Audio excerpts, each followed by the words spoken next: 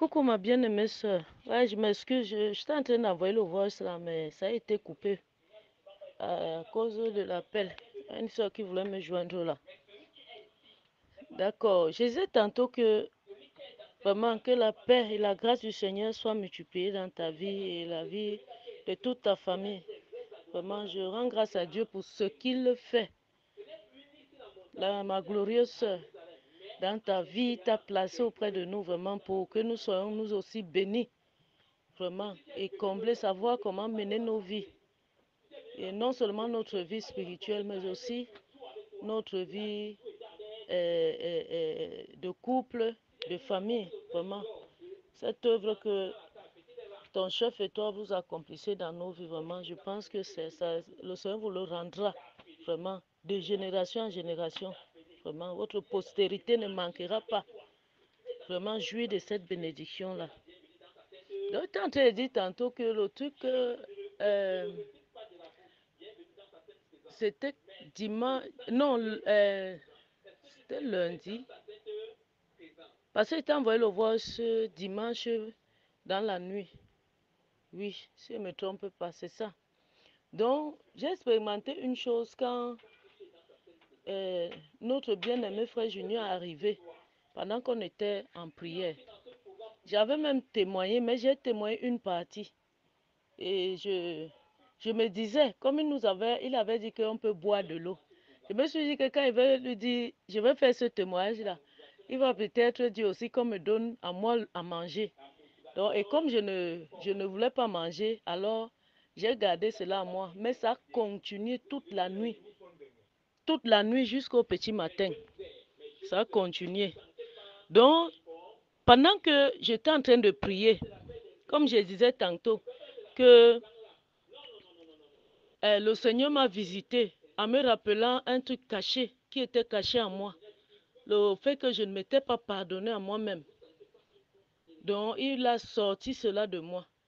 Pendant que j'étais en train de vivre cette expérience-là, le frère est arrivé, j'étais agenouillée toujours. Il m'a tapoté au dos et il m'a dit, sois remplie, sainte femme. Quand il m'a dit cela, l'esprit m'a encore saisi cette fois-ci fortement. J'ai dit de la tête jusqu'au niveau des pieds là-bas, ça bouillonnait au-dedans de moi. C'était tellement fort que je n'arrivais pas à me contrôler. Je suis même tombée. Quand je suis tombée, j'ai commencé à me débattre, à me débattre, à me débattre. Pendant qu'elle me débattait, pendant que je me débattais, donc, un chant est monté dans mon cœur.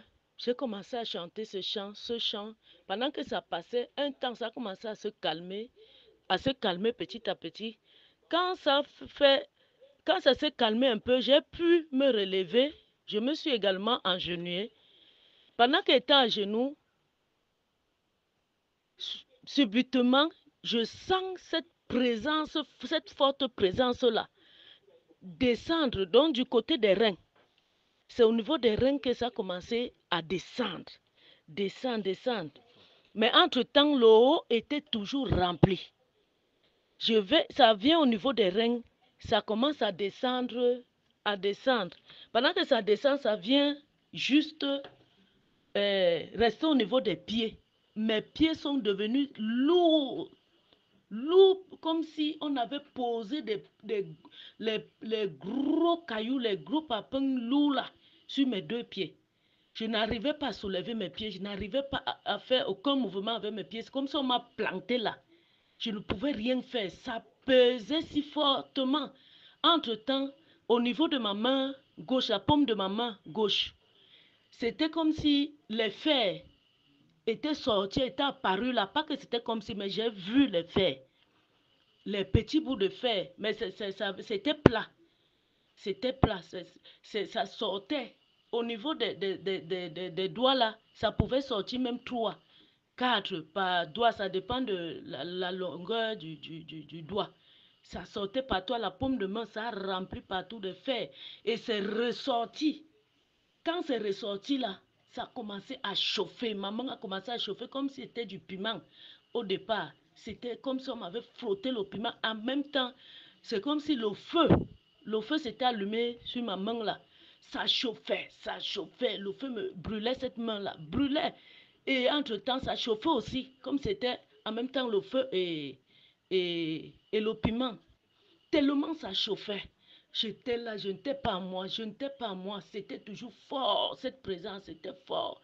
Et au fur et à mesure maintenant, ça allait, ça se calmait, je revenais à moi. Tout petit à petit, je revenais. Mais mes yeux étaient fermés, mais je pouvais voir ce qui se passait sur mes mains. Les yeux étant fermés, je pouvais voir. Donc comme si ma paume de main était face à moi et je voyais ce qui se passait. Donc quand je reviens à moi maintenant, je me rends compte que la douleur là des pieds est partie subitement et même au niveau de ma main, la paume de ma main gauche, la douleur également est partie. C'est là quand je sors de là maintenant, je sens depuis la gorge, au niveau de la gorge du haut là, jusqu'au niveau du ventre, vide. C'était vide, creux. Et moi-même, je me sentais comme un papier. Donc, j'étais tellement légère. J'étais tellement légère. J'étais comme vraiment un papier. Comme le vent souffle souvent sur le papier là et tout. Le papier est tellement léger. C'est comme ça que je me sentais. Et j'ai senti en moi une femme. Donc, mon ventre est devenu creux comme si ça faisait 10 ans. Je n'avais jamais mangé.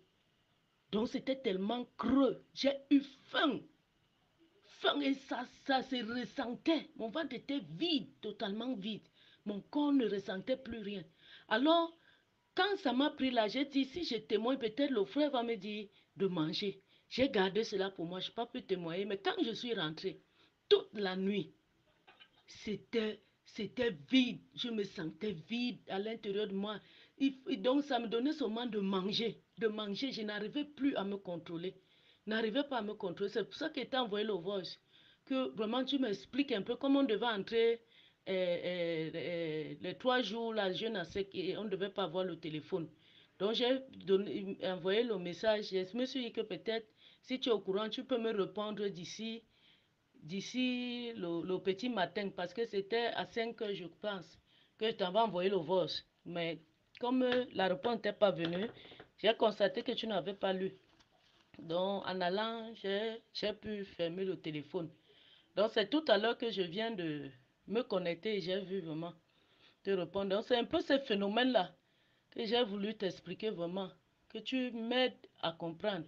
C'est vrai que tout le programme, tout le reste du temps, le Seigneur m'a encore visité. Ça m'a encore visité. Je devais même témoigner hier, mais hier là, j'étais tellement fatiguée. L'esprit m'a secoué jusqu'à la fin.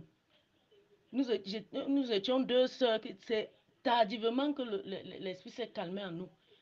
Donc, je suis sortie de là tellement fatiguée.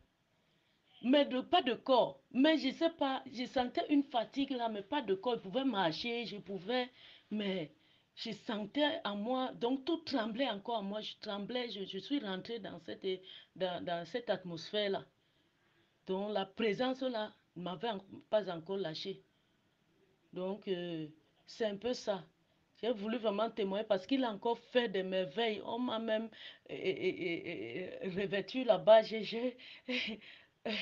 Là, m'a mis une robe. Je ne sais pas, je n'avais même pas pu témoigner là-bas à l'Assemblée parce qu'on a arrêté le programme, les témoignages à un moment.